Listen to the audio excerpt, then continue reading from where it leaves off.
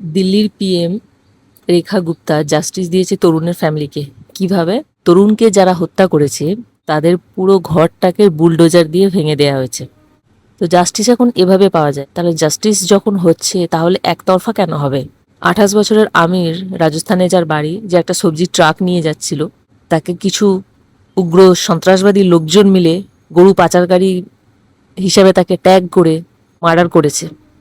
Justice এখানেও থাকা উচিত। 13 বছরের উনেজ খান, তার বন্ধুরা তাকে বার্থডেতে ডেকেছিল, মাথার সামনে তাকে এই জায়গাতে যে গুলি করেছিল, তাহলে জাস্টিসটা তারও পাওয়া উচিত। 40 বছরের রওশন খাতুন, বিহারে বাড়ি,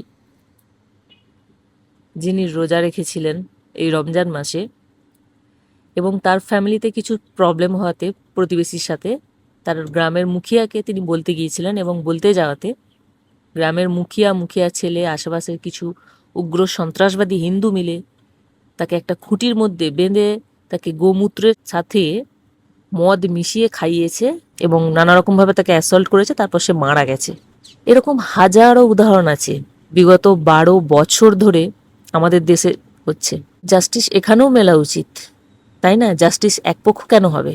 শুধুমাত্র মুসলিম বলে তার ঘরটা বুলডোজার দিয়ে ভেঙে দেয়া হবে, আর বাকি যারা মেরেছে, মার্ডার করেছে মুসলিম লোকজনকে, তারা হিন্দু, তাদেরও ঘর বুলডোজার দিয়ে ভেঙে দেওয়া হোক, তাই না?